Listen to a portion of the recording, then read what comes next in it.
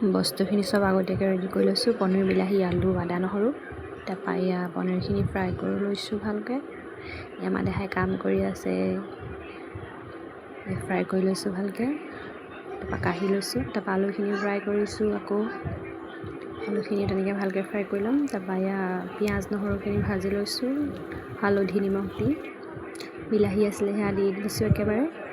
দি লৈ অকণমান ঢাক মাৰি দিম। ঢাক মাৰি ভালকৈ গুড়ি কৰি লৈছোঁ। তাৰপৰা ভাজি থোৱা পনীৰ আলুখিনি দি দিম।